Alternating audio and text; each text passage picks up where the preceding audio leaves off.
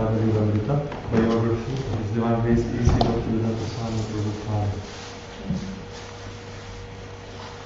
Volume 6. The chapter is entitled Chant Hare Krishna and Fight.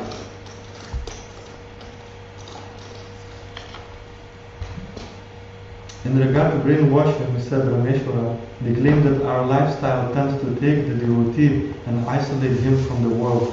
Yes, Prabhupada said, we hate to mix with you, no gentleman tries to mix with loafers. Crows will not like to live with the ducks, and white swans and white swans will not like to live with crows. That is natural division. Birds of the same feather flock together. Rameshwara, they have a list of 5 or 6 conditions, and they say if all these conditions are present, then it is a suitable atmosphere for brainwashing. They say we are imposing these conditions on our members. Prabhupada, yes, we are brainwashing from bad to good. That is our business. We are washing the brain from all rascaldom. Your brain is filled up with all rubbish things, meat eating, illicit sex, gambling. So we are washing them. Cheto Darpana Marjana. Shinvantam Swagata Krishna, Punya Shravana Kirtana, Iridiantos to Yabadrani. Abadrani means bad things, so the bad things should be washed. Don't you cleanse your home? Don't you cleanse your room? Is that brainwashing? So if you wash your room very clean, who blames you? But you are so rascal that you charge us. Why are you washing away this garbage? You are washing out the garbage and you are protesting. This is your intelligence. But intelligent men wash away the garbage. That is the law of civilization, to cleanse. That we are doing.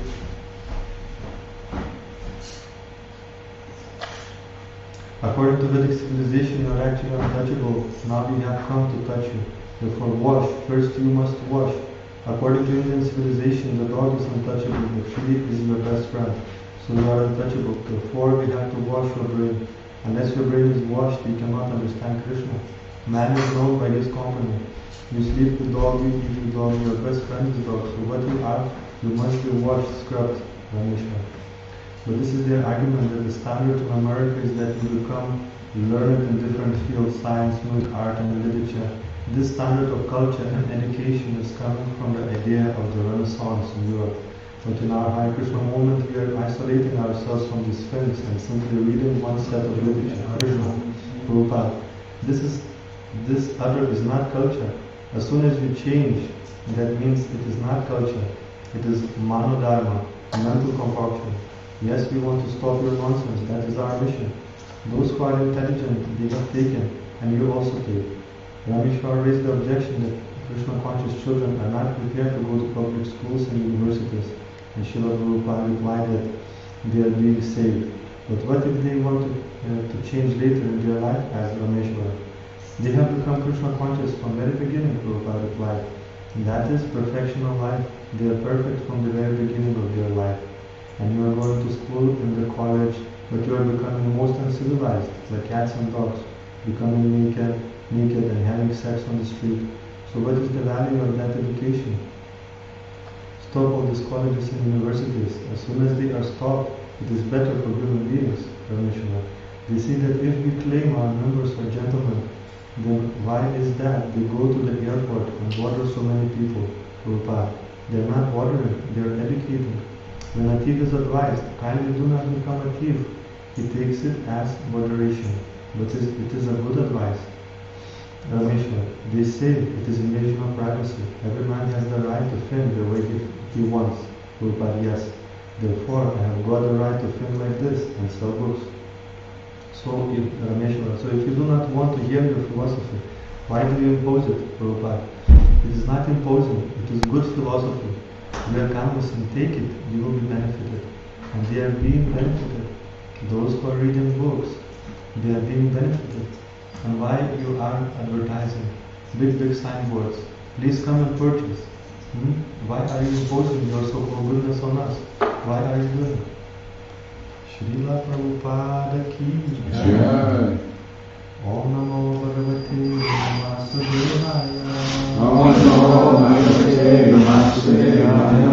Om Namo Bhagavate Vasudevaya. Om Vasudevaya. Om Namo Bhagavate Vasudevaya. Om Namo Bhagavate Vasudevaya. Reading from Grantha Srimad Bhagavatam, Canto 5, Chapter 12, Text number 9. Evam Niruktam Shiti Shabdavritam Asam Nidanat Paramanavo Ye Avidyaya Manasa Yesham Mohena Vito Vishesha Evam Niruktam Shiti Shabdavritam Evam Niruktam Shiti Shabdavritam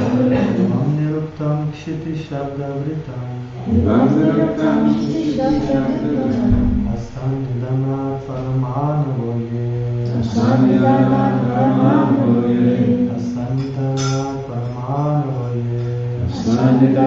Paramanavoye Avidyaya Manasa Kalpitaste Avidyaya Manasa Kalpitaste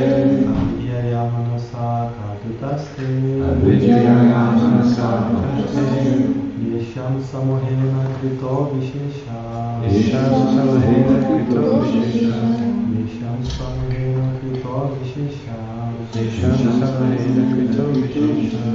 Evam Niruktam Kshiti Shabdavritam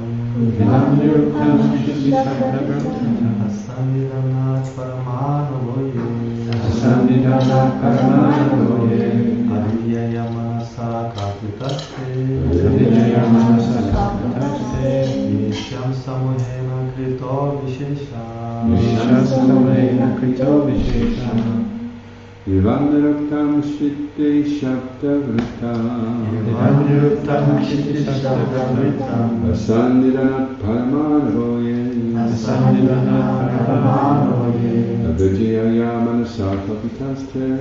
Avidyaya Manasa Kalpitaste Yesham Samohena Krito Vishesha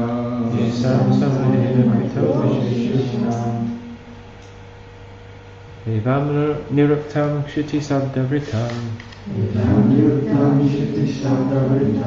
Asannidhanat Paramanavoye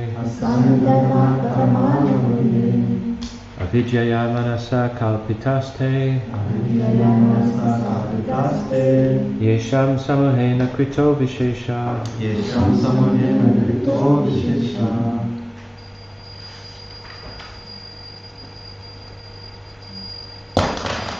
Evam Niruktam Shiti Shabdavritam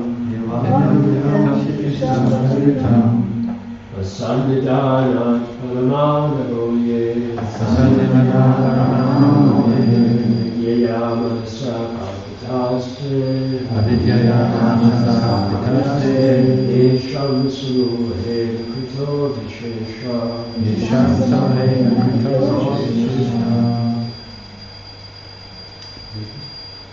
Evam Niruktam Shiti Shabdavritam Asannidhanat Paramanavoye Avidyaya Manasa Kalpitaste Yesham Samohena Krito Vishesha Evam Niruktam Shiti Shabdavritam Asannidhanat Paramanavoye Avidyaya Manasa Kalpitaste Yesham Samohena Krito Vishesha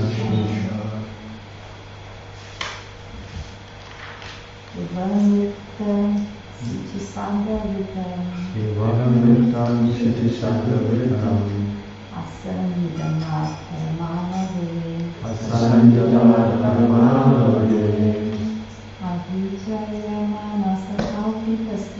Avidyaya Manasa Kalpitaste Yesham Samohena Krito Yesham Samayena Krito Vishesha. Evam thus Niruktam falsely described Kshiti Shabda of the word earth, Vritam the existence, Asat not real, Nidana from the dissolution, Parama Anava atomic particles, Ye all of which Avidyaya because of less intelligence, Manasa in the mind, Kalpita imagine, Te date, Yesham of which Samohina by the aggregate, Rita made, Vishesha the particulars. Translation of Prabhupada Maharaj is Sri Bhaktivedanta Swami Prabhupada. One may say that varieties arise from the planet Earth itself. However, although the universe may temporarily appear to be the truth, it ultimately has no real existence. The Earth was originally created by a combination of atomic particles, but these particles are impermanent. Actually, the atom is not the cause of the universe, although some philosophers think so. It is not the fact that the varieties found in this material world simply result from atomic juxtaposition or combination. Report. Those who follow the atomic theory think that the protons and electrons of atoms combine in such a way as to bring all material existence into being. However, the scientists fail to discover the cause of atomic existence itself. Under the circumstances, we cannot accept that the atom is the cause of the universe. Such theories are advanced by unintelligent people. According to real intelligence, the real cause of the cosmic manifestation is the Supreme Lord. Janmadyasya yataha, He is the original cause of all creation. As stated in Bhagavad Gita 10.8, Aham sarvasya prabhavo mata sarvam pravartate. Krishna is the original cause, sarva karana karanam. He is the cause of all causes. Krishna is the cause of atoms, the material energy. Bhumirapo navo vayu kamano buddhir evacha ahankara itiyam me bina prakritir ashtada. The ultimate cause is the Supreme Personality of Godhead, and only those in ignorance try to find out other causes by posing different theories. Om Yanti Nirandasya Nimanjana Shalakaya Chakshurunmilitam Yena Tasmai Shri Gurave Namaha. Shri Chaitanya Manobishtam Stapitam Yena Bhutale Swayam Rupa Kadamani Dadati Swapadantikam Vandeham Shri Guru Shri Gutapadakam Shri Guru Vaishnavascha Shri Rupam Sagrajatam Sahagana Raghunatam Vitam Tam Sajivam Sadvitam Savaditam Parijana Savitam Krishna Chaitanya Guruvam Shri Radha Krishna Padam Sahagana Lalita Shri Vishakam Vitamishta He Krishna Karuna Sindhu Dinabandho Jagatpati Gopisha Gopika Kanta Radha Kanta Namostute Tata Kanchana Gaurani Radhe Vrindavaneshwari Vishabhanu Sakevi Ramani Priya Vansakalpa Karudesha Kripa Sindhu Vacha Patitanam Pavandu Vaishnaviyo Namo Namaha. Jai Shri Krishna Chaitanya Prabhu Nityananda Shri Advaita Gadadhar Shri Vasari Gaura Bhaktivinoda. Hare Krishna Krishna Krishna Krishna Hare Hare. Hare Rama, Rama Rama, Hare Hare. Mukam karoti vacharam mumane Krishna Mahamade Shri Guru Nityananda.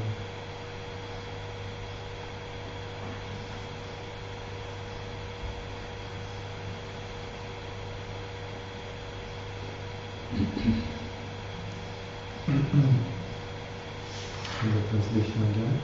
One may say that varieties arise from the planet Earth itself.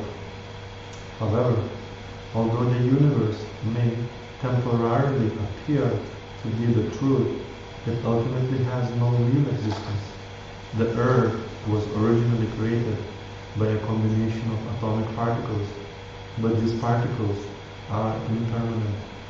Actually, the atom is not the cause of the universe, although some philosophers think so.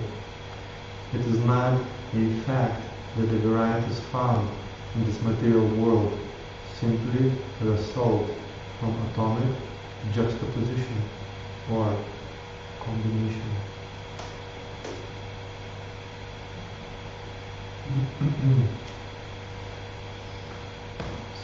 King is receiving the transcendental knowledge from Jat Bharat. And as you can see, this understanding of atomic particles, this book dates back 5,000 years ago, and who knows when this conversation took place much longer before that. The theory of atomic particles was known already at that time because it has been received from the cyclic succession. Together with the creation comes also a manual. Like any product you buy, there is a manual that comes with it, and it explains how things work, what is the purpose, and if you really want to get deeper into it, there is also engineering explanation.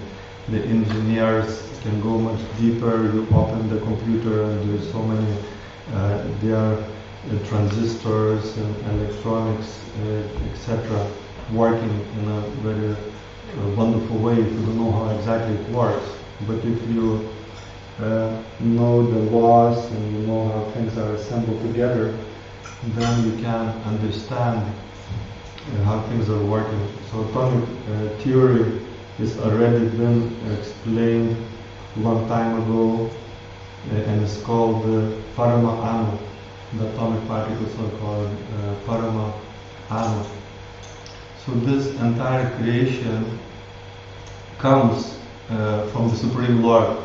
Krishna is considered the Parasya Shaktirshu Jodaiva Shruyate, that from him unlimited energies comes out. He's called energetic, and from him what comes is different kinds of energies.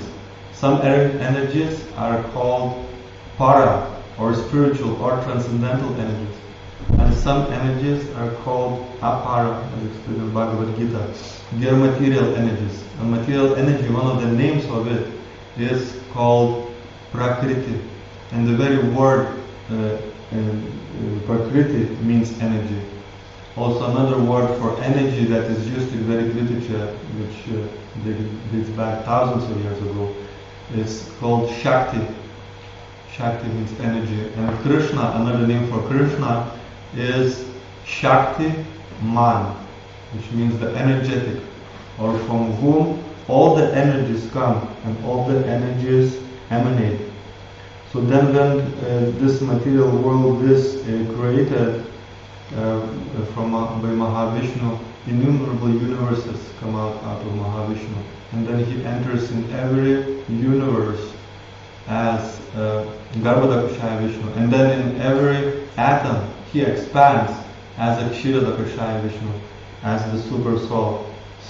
And then all the different, so he is like energetic cause.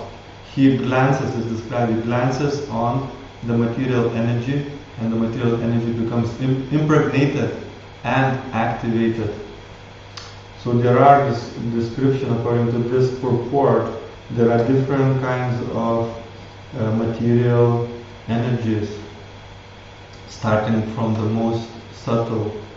The initial kind of like a cloud of material energy is called pradhan. So Mahavishnu glances on that pradhan, and from that, pradhan is like you could say primordial cloud of elements, and from that primordial cloud comes out 8 specific material energies. One of them is false ego, is the identification or new identification for the soul that enters material atmosphere. It gets the new material identification, it forgets his spiritual identity, and that is called false ego or ahankara. Then another energy is called intelligence, the power to discriminate, the ability to analyze things, break them down, etc. It is also an energy that soul gets as a tool to function in this material world. So that's intelligence. Then the next element is mind. It is also a subtle element. It helps to work in this world. The purpose of the mind is to gather information from the senses, accepting things, rejecting things, and presenting for the intelligence. Intelligence analyzes and discriminates according to the sensual information. Then there is other energies. Ether, next door, neighbor to the mind, is ether. It's actually a space that is the whole cosmic space. Scientists say there are so many planets, etc. are there. So all space in between the planets, that is ether, and the space where the air travels is also ether. So it is also an energy. It is also very, very subtle energy that is less subtle than the mind. So ether facilitates the ability for the sound to travel. So the reason you are able to hear now is because of the presence of ether. And also ether connects with the sound, the object of the senses. And then there is a sound that travels through the ether, is also related to this energy, and ability for the sound to manifest is because of the ether. And also when there is the various energies, like for example you have radio energies, and this is how mobile phone works. It uses certain radio waves, and it requires a receptor. You have a mobile phone that receives those waves and transforms it into the sound that we hear. And then when we speak into the phone, that has become transformed into the waves and sent to the antenna, or whatever it's called, and then transferred to another phone, and then becomes formed as a sound. So in the same way, we also have a receptor, which is the ear. So the sound travels because of the ether energy, and it becomes received through the ear, and that wave becomes translated within us, and then we hear the sound vibration. And there are so many other things that functions in a similar way. There's another energetic element or gross element called ear.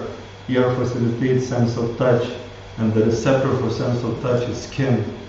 Then another gross element is fire, because of fire energy. So of course when you speak about gross element, you're not speaking about like just gonna burn the fire or start a gas, but it's the energetic element.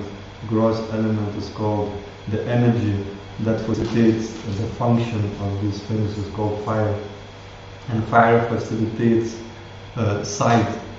and it requires for the site, for example, it doesn't work unless there is a solar energy. The site is solar energy powered. So the reason we're able to see because of the light.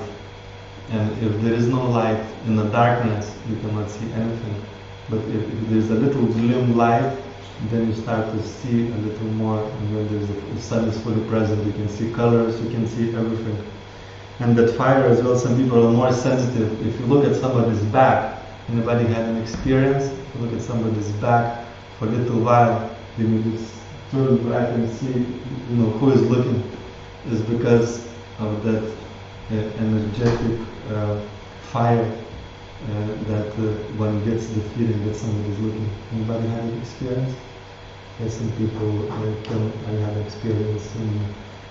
It's something is as if bothering you, and you look around and somebody is looking at you. Something is not in a very friendly way. So you can see, the sight.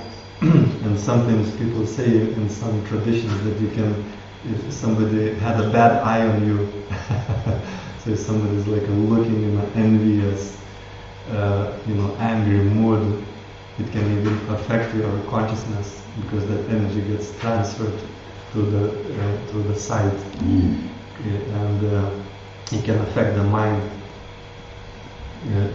The next gross element is called water.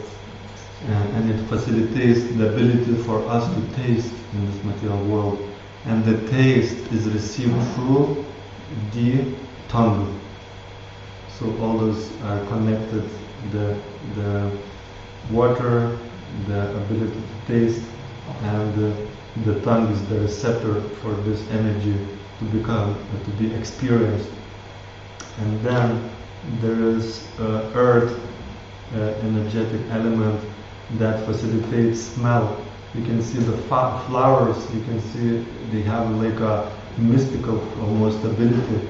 They get their roots into the ground and extract various elements, etc. from the earth, and then it grows and then manifests this beautiful scents.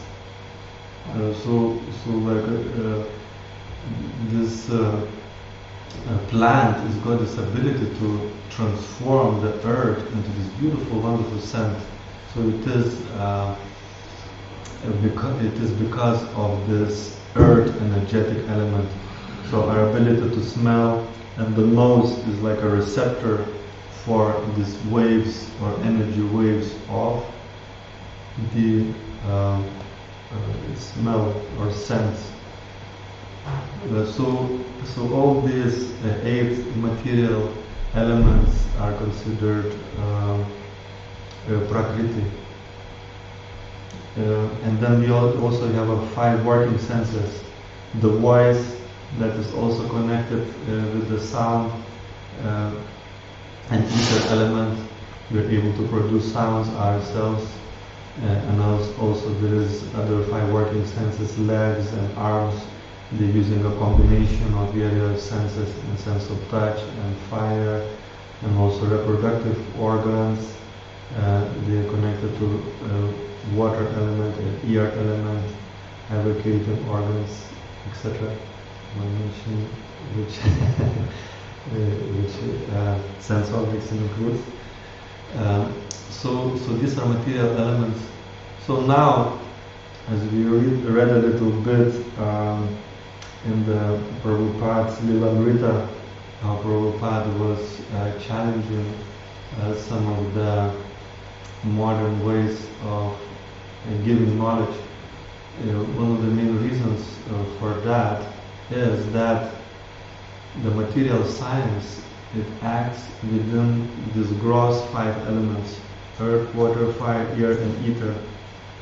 They are developed various types of instruments, various theories and experiments that are function within this gross material reality, consisting of air, ether, air, fire, water, earth, sound, touch, sight, taste, smell, and is received and able to appreciate it through ear, skin, eyes, tongue, and nose.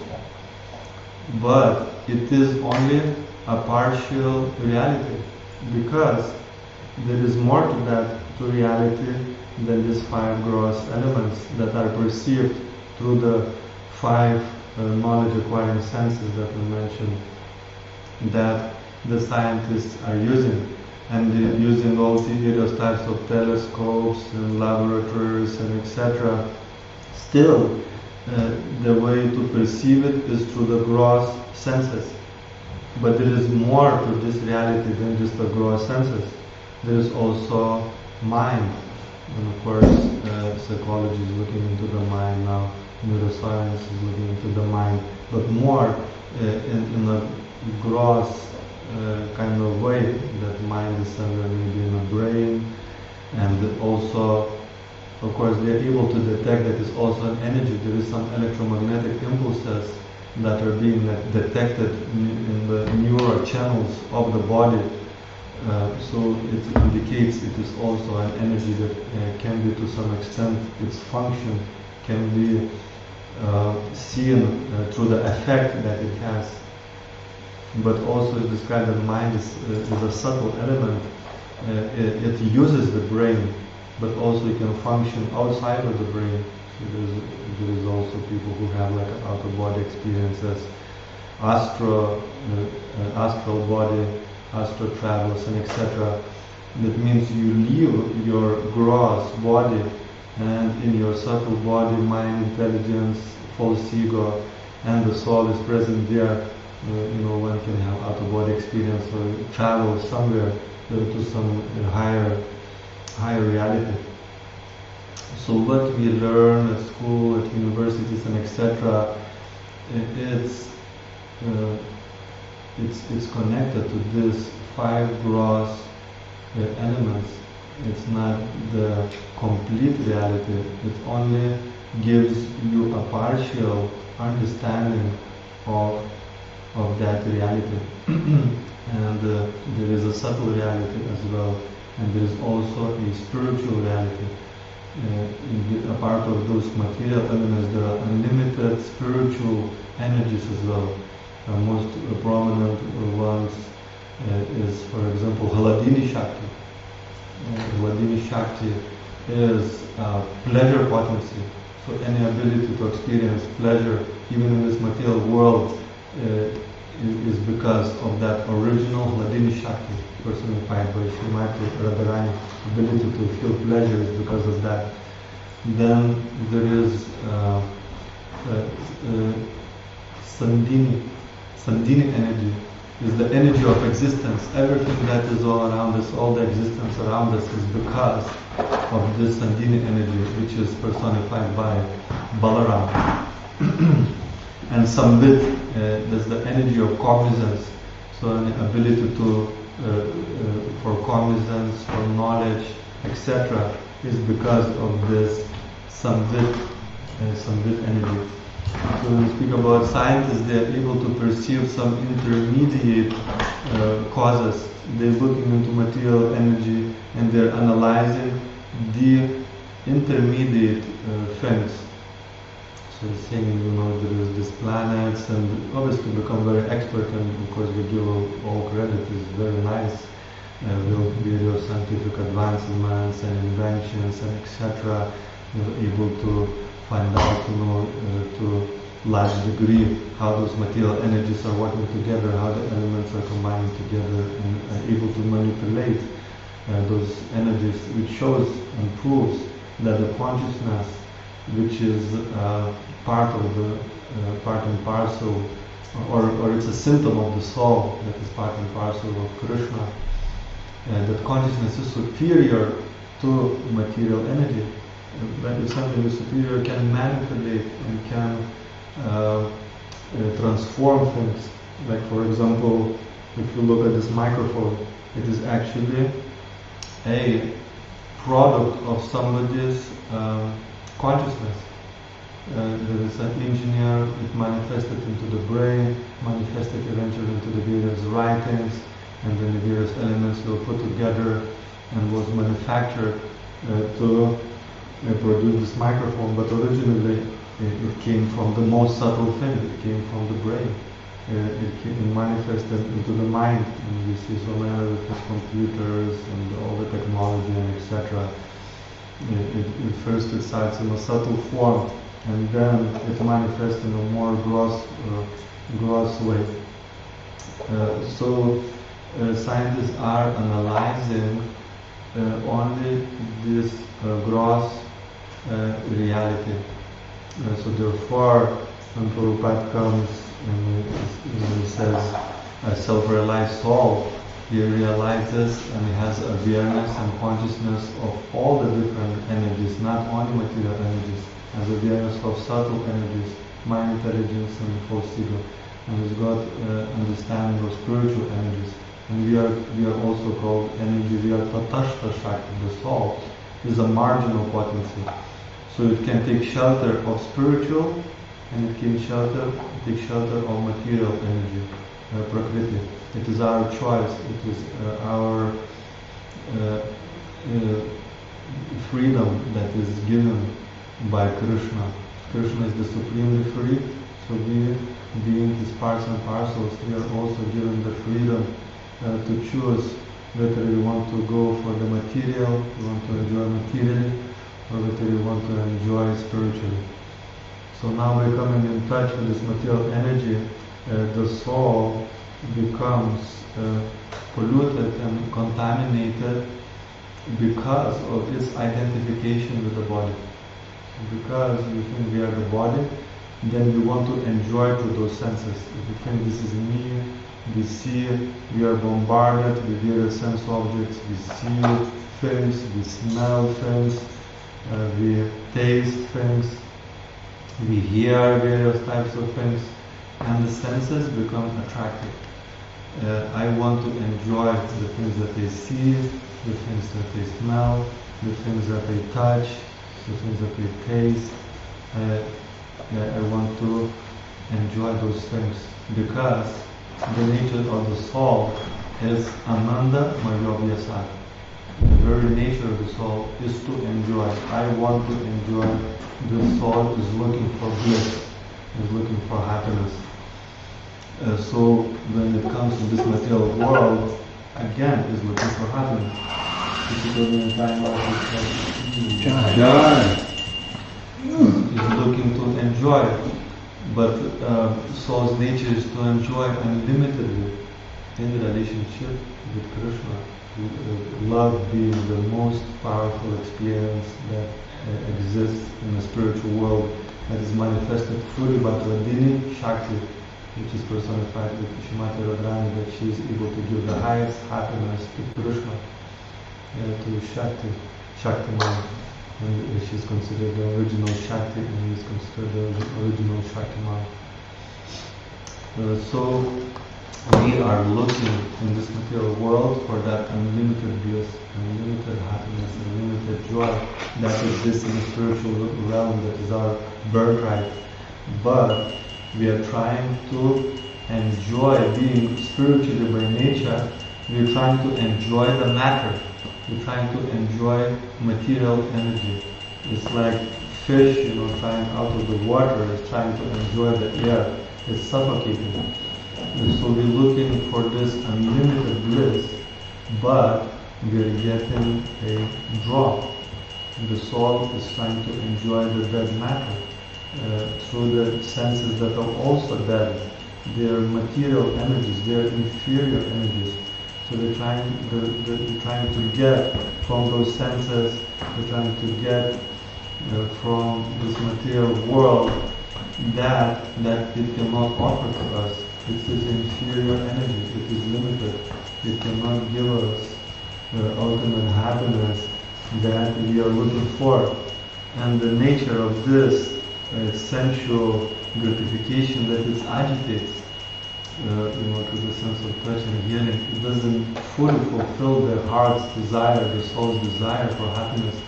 It gives just a little drops, so it kind of agitates. If you get some sensual experience, the soul becomes attached and becomes addicted to it and wants more and more and more. It turns into greed even. when the desire gets fulfilled, you get what you want, then you want more and more and more and more, because the soul is looking for the happiness, but it's just getting a little glimpse, so it becomes addicted. There's various addictions that we know that people become obsessed by. Or when it doesn't get what it's want, then it becomes angry, it becomes frustrated, it becomes upset. So this is the nature of material desire. Or if it sees that somebody else is enjoying better than me, then we become envious. Why this person is getting more than me?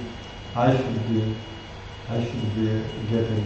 So we want to drag the person down because of the envy. We want to take their position.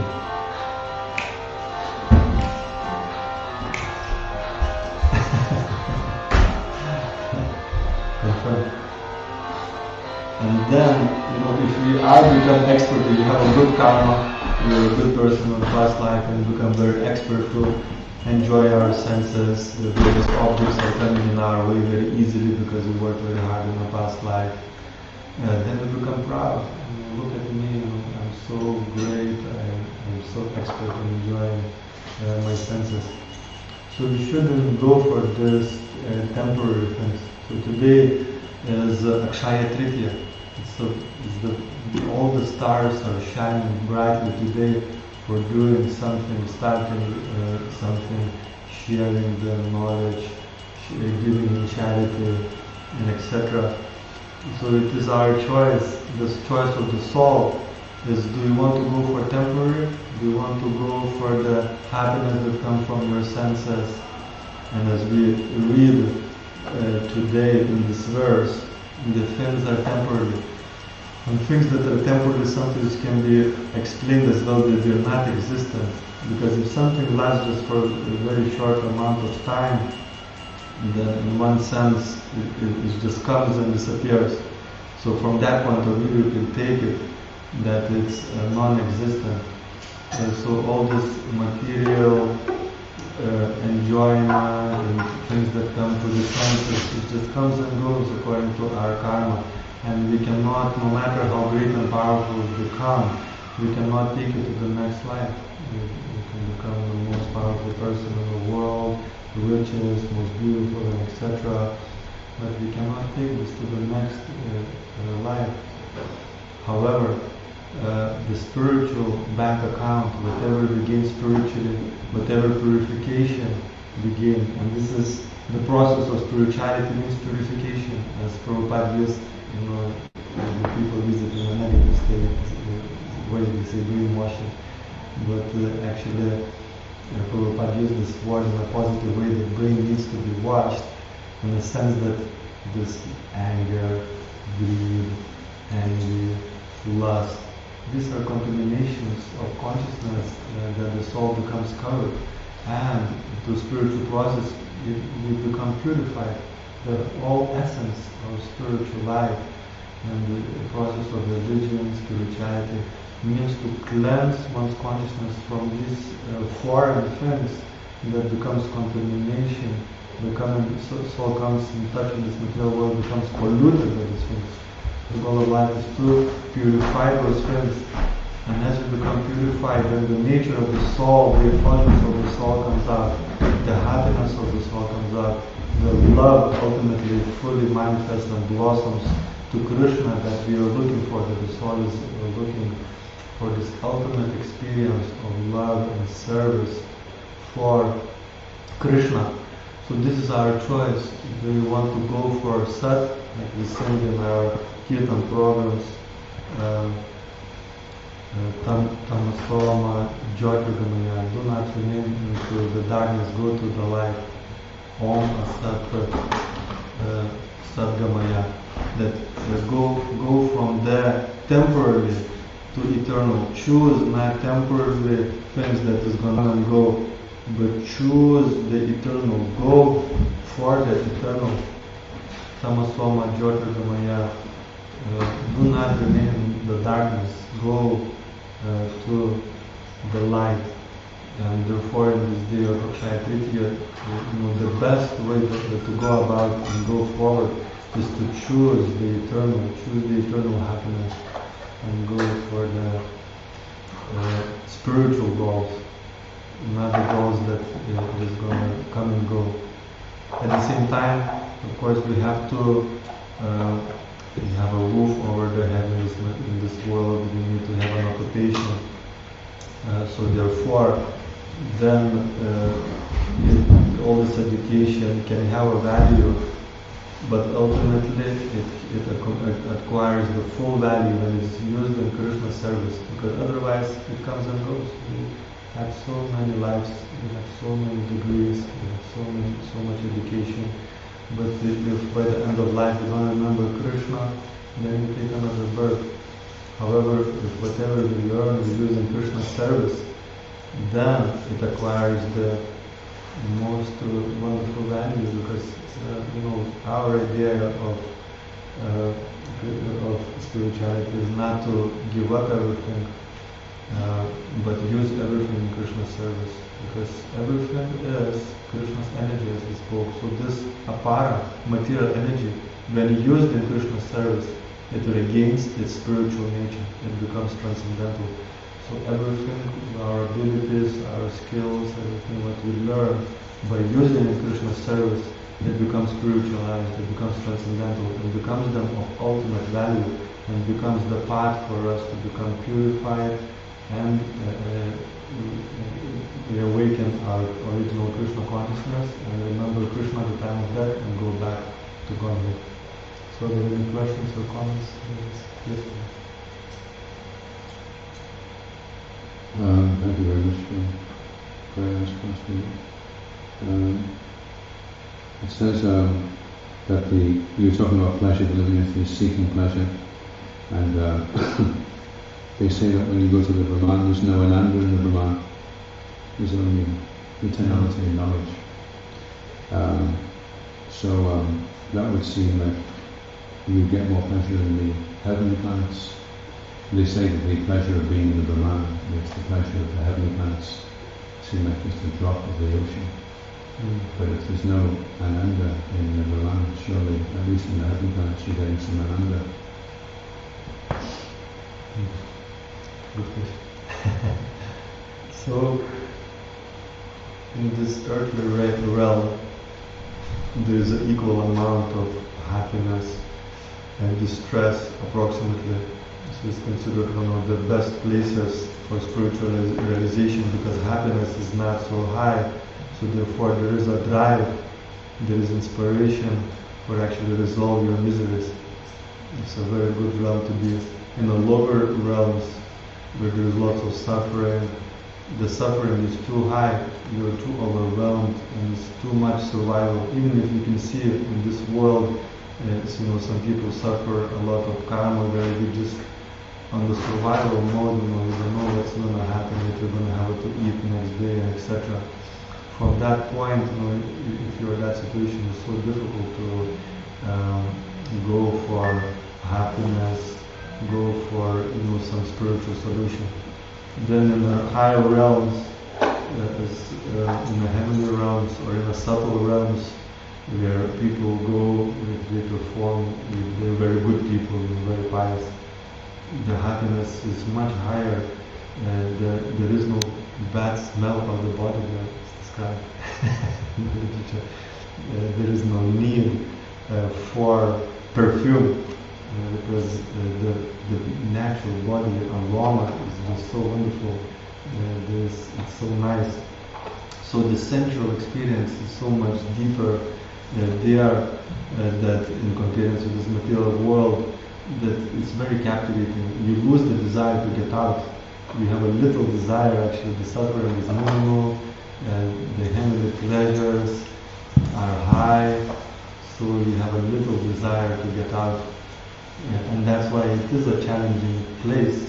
So Dr. is asking, how it is. Some people go for liberation, which means like a merging into impersonal existence of the Lord, this effulgence and light, which is the goal of impersonalists. So it can be it can be the challenge, and therefore if you are in the heavenly realms, you have not so much desire either for liberation. So only in this material realm there is this good amount of suffering and misery. You can develop desire, okay, I want to get liberated.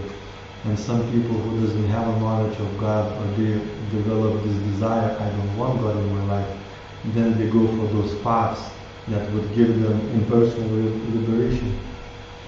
So it is described that one gets that impersonal liberation merging into Brahmananda, into the light and energy of Krishna that emanates from the body of Krishna, from the person of Krishna. Then that Brahmananda, the happiness, is millions of times more than the sensual material gratification. So the soul is looking for rasa. So in one sense, maybe on one level is getting the experience in a heavenly realm that it satisfies, a certain propensity for relationship. So in one sense, it's kind of all relative in a heavenly realm because you're getting the experience for a relationship. And in Brahmananda, you don't have that. You just got complete freedom from any misery. But there is no relationship anymore there because you become merged. So yeah, everything is kind of relative in one sense, and therefore, when people don't know that there is a relationship in the spiritual world, then a lot of people actually prefer to enjoy that relationship in material world. Therefore, the impersonalism that some people are propagating, you're saying, you just finish all relationships, you just merge, and all your miseries are gone. That actually is promoting materialism, because people think, okay, I'm going to lose the relationships, I don't have any more this, because there's a rasa, there's a nectar that gets exchanged in a relationship. So if I don't have that, then it's better to enjoy material relationships and maybe in my heavenly realms. So some people, therefore this propagation of impersonalism and the Brahmananda happiness actually put quite a few people off of spirituality, and therefore they just go for this material relationships or maybe some heavenly enjoyment. But the relationship that exists in the spiritual world, manifested by Sandini Shakti, manifested by ultimately by Srimad Radharani, then that is the unlimited, is considered billions times more deeper experience than even the Brahmananda.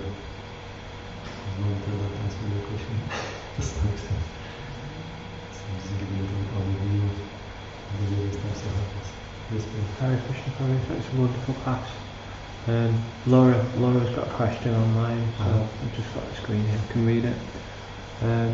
We have so many ways to cleanse the heart for purification: chanting, association and devotional service. But is there a way we can get purification fast but effectively? What's the best for purification? Fast. She's asking fast. Yeah, fast, best and Fast effective. and best. That's a very good question. What is the shortcut? And it is a really good question, because in this age you're looking for something very quick. That's why this quick gratification going for asat is destroying the planet. You're looking for quick gratification, you don't care what you're doing to the planet, you don't care for the future generations. Whatever is quickly giving me some gratification and enjoyment, I go for that, and whatever is not giving me the pleasure for the senses, then I reject that. So it's like a short-term vision.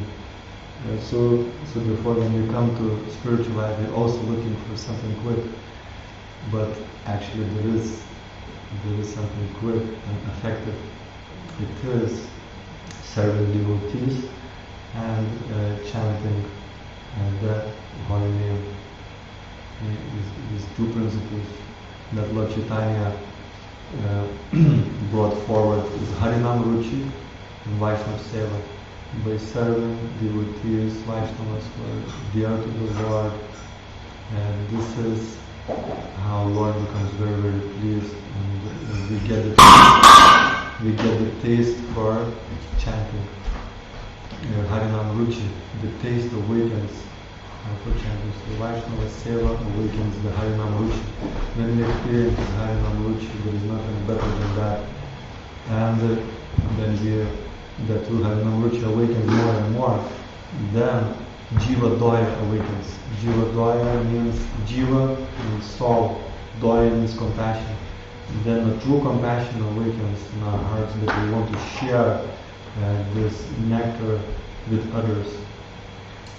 So that's the Chir Vaishnava Seva, Harinam Ruchi, and Jiva Daya.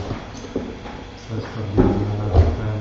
Srila Prabhupada ki jai, Srimad Bhagavatam ki jai, Nitai Gaura Premanande